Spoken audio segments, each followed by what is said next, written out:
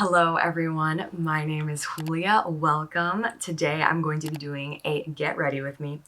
A chatty get ready with me. I'm very grateful because this video is special in that it is my first ever sponsored YouTube video, and today's sponsor is Merit Beauty. I have been following this brand ever since they started. I remember seeing a bunch of YouTubers and a bunch of people I follow on Instagram, start mentioning this new beauty brand called Merit, and I was just, sucked in. Whoever their social media team is, they know what they're doing. I particularly am more drawn to very simple, minimalistic beauty and makeup looks. This is almost like if a Glossier had an older sister. The branding of Merit reminds me of Glossier and Majorie, so hopefully that made sense to you. Affiliate link is down below, so whenever you use that link, I get a commission from your sale. Something that's really cute with Merit, and this is when I first bought my own set a year ago, is that they give you this really cute, aesthetically pleasing corduroy makeup bag to fit all your makeup in. And at first I was just like, how the heck am I supposed to not have anything fall out when I have this for travel and all of that? But in reality, when you do this, it all stays in.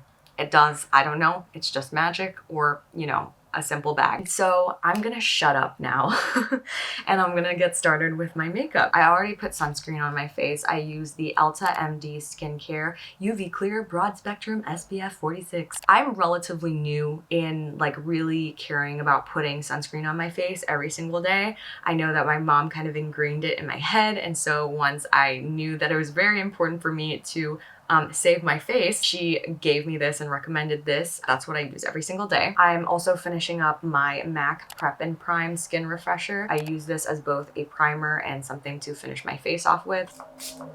I never know how beauty gurus do that gracefully. Now that my face is prepped and primed, we are going to start out with the Minimalist Perfecting Complexion Stick, and I'm in the shade Camel. So now onto the actual chatty part. Where do I begin?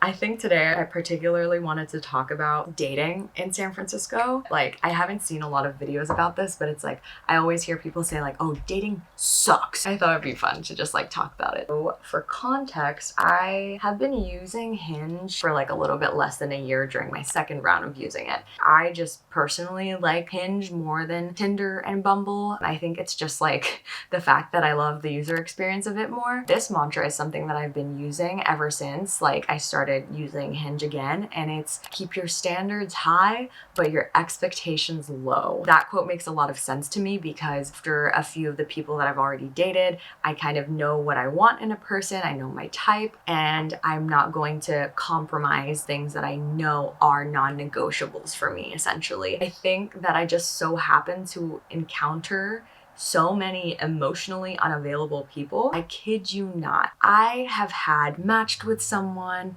going on a date with them, and then suddenly they're oh, by the way, I just broke up with someone recently. Just want to let you know. And I'm it just gets really foggy from then on. And I shit you not, 3 people in a row did that to me. And I'm just do I attract a certain type of person? Next, I'm going to be using the Beverly Hills Cheek Color. And I love this because it's a little dome and it makes it super easy to apply. Especially when you're on the go. I think dating as a woman in general is frustrating because I feel I encounter 3 types of dating situations. It's either 1, the guy just wants you for your body and is not looking for something long term. The second is that they're going on a date with you, but then they realize they're emotionally unavailable and you don't want to deal with those type of people. Also, there are people that are just oh, I'm on dating apps, but I just want to find friends. And I'm first of all, there's a reason why Hinge's branding is so specific. The app is designed to be deleted. I was hoping that by using Hinge, I would already filter out people that are just looking for flings or one night stands and stuff like that. I respect anybody who is empowered to do that. I know that it's just not for me, at least right now in my life. It's just really frustrating frustrating because like I found that with every person that I talk to, I always have to be like, by the way, to make things clear, I'm not gonna sleep with you the first time I meet you. I just hate that I have to do that. Just frustrating for me that there's already this like assumption. And obviously this is a generalization. Not all men here are like this. I'm speaking from direct experience and encounters here in the city. Another thing that I do with blushes or highlighters, if I want a little bit of color on my eyelids, I will just like get my finger and dab it and like add a little bit of subtle color, kind of like complements the blush itself. All right, so where were we? Either emotionally unavailable or using you for your body. Great. I was like dating quite a lot and it was a part of like my week. Basically, I would like schedule on my Google Calendar like dates with like multiple people. For some reason, I had this like momentum going and I really just like wanted to find somebody and like be with them. And then I realized, why am I doing this? I was basically like, let's like dig deeper into that. You know, what does that mean? I feel like people go through different phases after a breakup and like stages of grief, really. For me, how it works is like I mourn the breakup. Once I am emotionally ready, that's when I start going on dating apps. But when you do start going on dating apps, there is a time when you have to be very aware of what you want to get out of the app. It was very easy for me to associate, you know, the amount of likes that I get, the amount of matches that I get to like validating whether or not I was worthy of dating or not. It seems so like, why would you do that?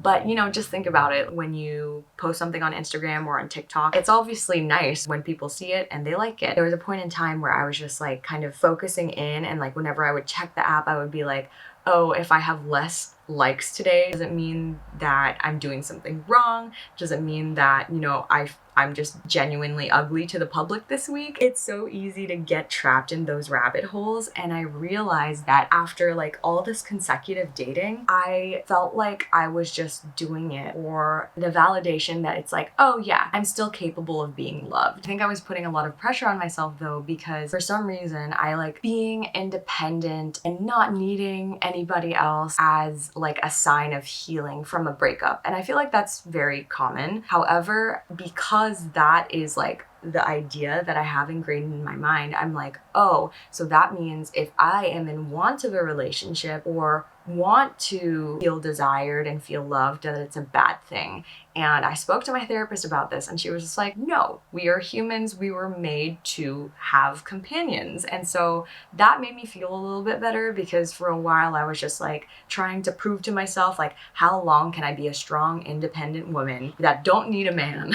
I guess my coping mechanism was just like going on speed dates. And that ended up being unsustainable for me because dates take a lot of time. And sometimes if you're paying a lot of money. And after my last date, I feel like I kind of had the realization that I should stop forcing things and I should stop chasing things and trying so hard, because I'm definitely the type of person that will like try my best in everything that I do. I kind of like stopped dating for a bit and I started to like really enjoy my time alone after, you know, knowing what it's like to be alone and feel really happy while I'm alone, but also enjoying the dating game. There's this like fine balance of that. On my last date, I kind of recognized like, at this time of my life, I'm so busy trying to fill my time with like traveling and like meeting up with friends and like, you know, creating all this content, that I was just like, what if I just focus on those things and prioritize those things before dating? That sounds so weird that I was prioritizing dating over that, but in reality, it's just like when I see priorities, I see like how much time I'm spending on it. And kind of like any type of social media app, the amount of time that you're on it, you don't realize how much you've been on it until like you look at the clock again and you're like, oh, I've been on this for 30 minutes. And so I realized that I myself was actually like prioritizing things differently. And I realized that that was not fulfilling me. And at the same time, recognize that I shouldn't be so judgmental of myself and be okay if I want to be an independent, strong woman one day. And also be okay with the fact that, you know, like it's very valid and like a very okay thing to want to be desired and want to be codependent with another person. Okay, so now that we're done with blush, I want to go in and do my brows. And for the brows, we're using the Brow Volumizing Pomade. Love this because I don't focus too much on doing my brows in general. Like I don't fill them up a lot because my mom gifted me with really nice brows. Thank you, Mom. And I typically just would like use either clear gel or the Brow Boy from Glossier. I think that was the last product that I was using before this. But I particularly like the packaging because it's like, yeah, but then also I really like the subtle color that this gives my brows, and like the fact that I can totally, like, if I wanted to fluff up my brows a little bit, I could because of the consistency of the pomade. And so when I mentioned these realizations to my therapist, she actually brought up a really cool Psychology Today article, and the article essentially talks about everyone's experiences with dating apps and how your outcome can really be affected by your mindset going into the dating app. So let's say if you're someone that is just kind of like on a dating app, like in like casual, like not expecting anything out of it, and like almost get like matches that are serendipitous, like that is something that will garner you like not a lot of disappointment. However, if you're going on it with the mindset of like, I need to find somebody right now, it's more easy for you to get disappointed. It's more easy for you to feel discouraged and all of that. So I'm going to link that article down below because I feel like it's really interesting and it makes me reflect on how I'm feeling when I'm on the app, if I do use the app. Also makes me remember, like, again, what are your intentions going on to this app? Are you looking for validation, or are you genuinely just like browsing, I guess? Now I'm going to go into my mascara, and this mascara is by far my favorite one. It's not waterproof, but it's like incredibly smudge proof. When I feel like my eyes are dry, I like rub them a lot, which is really bad.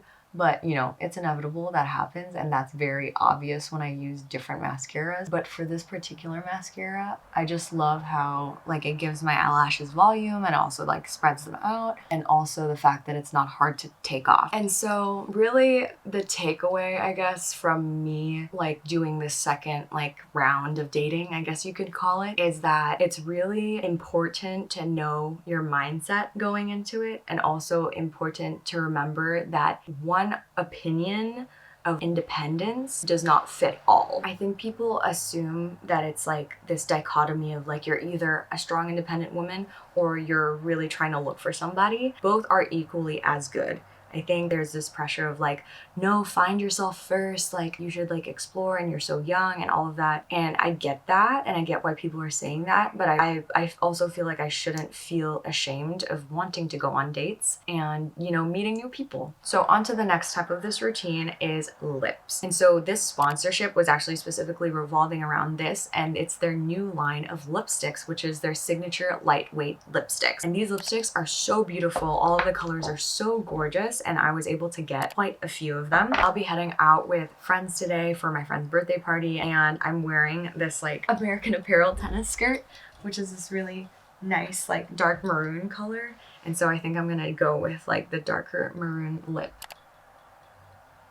I particularly love these lipsticks because they are definitely moisturizing. I always encounter dry formulas, but this one I feel like I don't even need to put a lip balm underneath because it's already one lightweight, so it's buildable, but also it feels really slick on your lips. And this is my finished Merit makeup look. I hope you guys enjoyed this video. Let me know too about your dating experiences, because I know that when you're in the dating world and actively dating, feel like a really lonely place. And so I just want to let you know, if you're out dating, go you do you. Remember that it's okay to be independent, and it's equally okay to want to date people. So I hope you guys enjoyed this video. Make sure again, if you're interested in checking out Merit's products, to check out my affiliate link down below.